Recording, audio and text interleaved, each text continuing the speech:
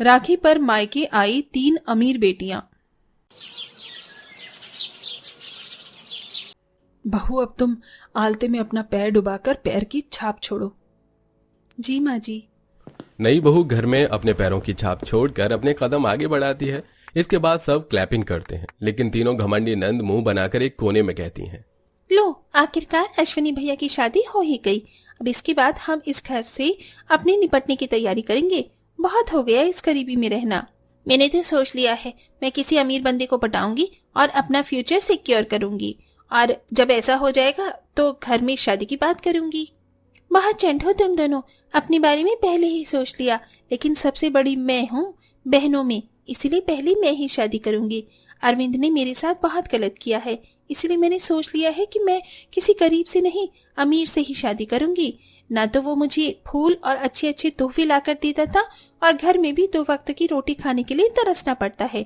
2 भाई होकर भी ढंग से घर नहीं चला पाते।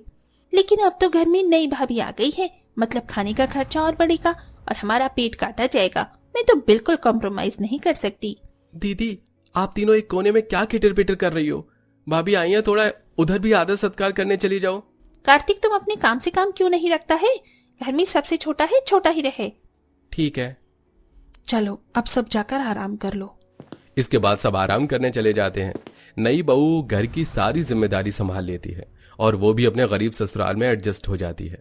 एक रोज काजल दाल चावल आलू की सब्जी बनाकर लाती है, जिसे सब प्यार से खाते हैं, पर तीनों नंद अपनी थाली में हाथ मारकर थाली दूर कर देती हैं। ये सब क्या है? अभी भी हमें यही रूखा सूखा खाना पड़ेगा? अरे कभी दाल मखनी मटर पनीर बना लो।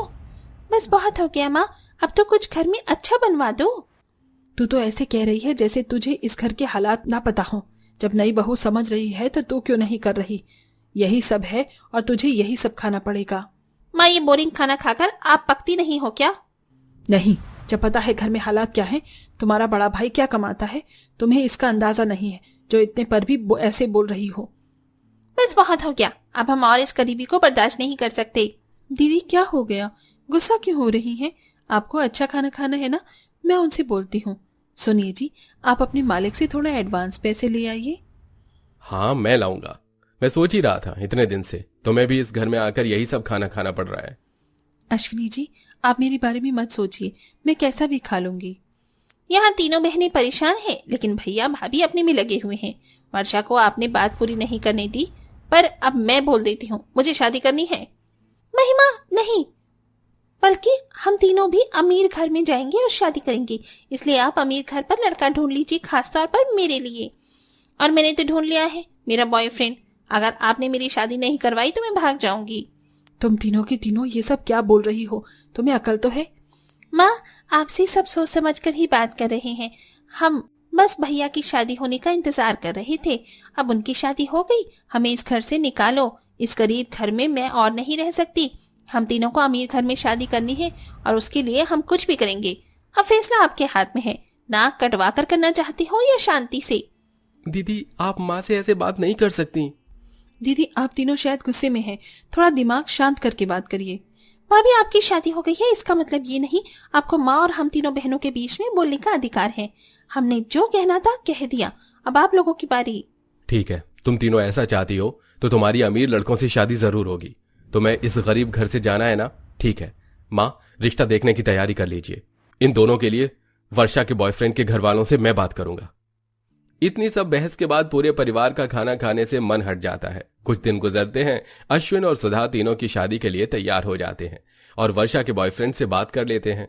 वहीं दोनों के लिए अमीर घर का लड़का मिल जाता है, जहां वो पैसे का डिमांड करते हैं।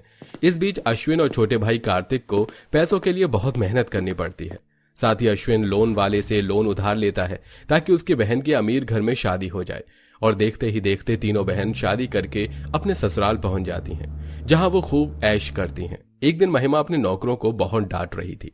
मुझे इस घर में आई हुई 5 महीने हो गए हैं, अभी तक तुम्हें मेरी पसंद और नापसंद के बारे में पता नहीं है क्या?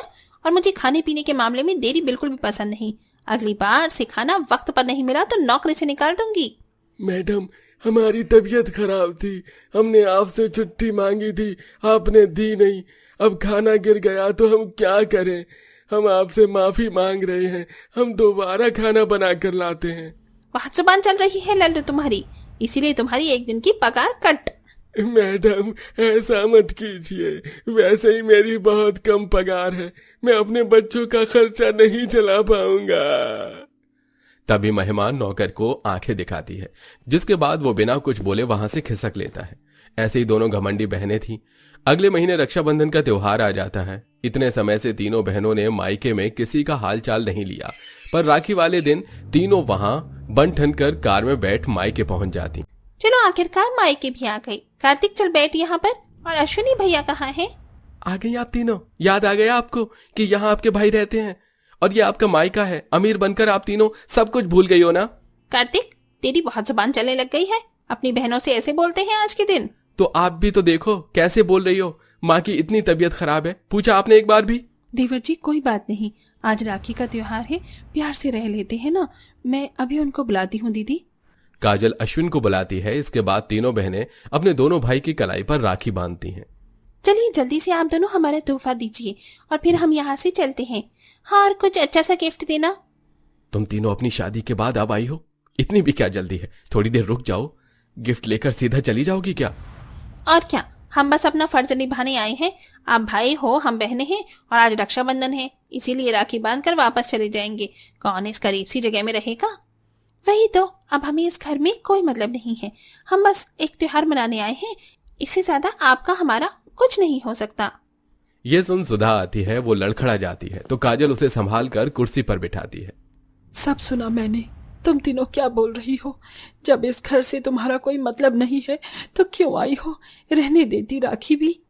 हमें भी शौक नहीं है यहाँ बनाने का। तुम दोनों हमें दे रहे हो हमारा तोहफा या नहीं? राखी तो बड़ी जल्दी बंधवा ली। वही तो, यहाँ से बिना कुछ लिए हम नहीं जाने वाले। देख लो भैया तीनों दीदी कैसे कर रही हैं। ठीक है, मैं दे रहा हूं, और तेरे बदले का भी। ऐसा कर, तू अपने हाथ से दे दे ये पैसे। अश्विन अपनी गरीब जेब से 3 500 के नोट उसे देता है। तुम तीनों आओगी मुझे पता नहीं था, इसलिए कुछ और नहीं ले पाया। ये लो तुम तीनों के पैसे। मुझे तो नई नौकरी ज्वाइन किए ज्यादा टाइम नहीं हुआ, इसलिए आप तीनों ये रख लो। अपने दोनों भाई से 500 के नोट लेकर तीनों बहनों को गुस्सा आ जाता है और वो पैसे टेबल पर उनके सामने पटक देती। क्या है ये सब? हम आप लोगों से 1000 रुपए लेने आए थे क्या? यहाँ पर यही औकात है हमारी? वही तो, ऐसे 500 और 10-20 नोट तो हम दिन में यूं ही खर्च कर देते हैं बिना कि नहीं। मुझे तो लगा था यहाँ आकर हमने अपनी बेइज्जती करवाई है। हमें यहाँ पर आना ही नहीं चाहिए था राखी बांधने। जब देखो इस घर में गरीबी ही रहती है। देख ले बहू, मेरी तीनों बेटियां कैसे बोल रही हैं। लग ही नहीं रहा इन्होंने मेरी कोख से जन्म लिया है। इनकी बातें सुई की तरह मेरे दिल में चुभ रही है। बोल दे इन्हें चली जा यहाँ से। माँ जी 1 मिनट शांत हो जाइए।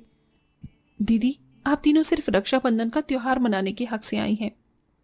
या तो आप इनको अपना भाई मानती हैं, इस घर को अपना मायका मानती हैं, तो समझ भी आता है। और अगर आपको रिश्ता निभाना ही नहीं है तो भूल जाइए कि हम सब आपके कोई हैं। आज से आप ये मान लीजिए कि आपके मायके वाले मर चुके हैं। आप जानती हैं यहाँ पर दोनों भाई की क्या कंडीशन है, माँ जी की हालत क्या है, और इसमें आपको अपना बढ़िया सा तोहफा चाहिए। उल्टा आपको मदद करनी चाहिए थी, लेकिन हम तो आपसे पैसे भी नहीं मांग रहे। आप रिश्ता नहीं बना सकती तो दिखावा भी रहने दीजिए। हर चीज अमीरी और गरीबी पर नहीं टिकी होती। बिल्कुल सही कहा बहू तूने। हाँ बिल्कुल, तुम तीनों दीदी को अपने आगे कुछ दिखाई नहीं देता है। इनकी वजह से भैया आज तक लाखों रुपए लोन चुका रहे हैं और हम सब घर में सूखी रोटी खा रहे हैं। ये सब सुनकर तीनों नंद को अपनी गलती का एहसास हो जाता है और तीनों हाथ जोड़कर कहती हैं, हाँ भैया भाभी, आप हम तीनों को माफ कर दीजिए। हमारी बुद्धि भ्रष्ट हो गई थी। इन पैसों की चमक ने हमें अंधा कर दिया था, जो आप लोगों के बारे में पहले सोचा और नहीं अब। भाभी, आज आपने ये सब कहकर हमारी आंखें खोल दी हैं। हम तीनों बहनें दिल से माफी मांग रहे हैं। अब हमें आप दोनों के प्यार के अलावा कुछ नहीं चाहिए। हमें माफ कीजिए। मुझे पता था मेरी बहनें एक दिन हमें जरूर समझेंगी। इसके बाद पांचों बहन भाई एक दूसरे के गले लगते हैं और फिर अलग से राखी लाकर वो अपनी भाभी के भी लटकन वाली राखी बांधती हैं और सब खुशी खुशी रक्षाबंधन का त्योहार मनाते हैं।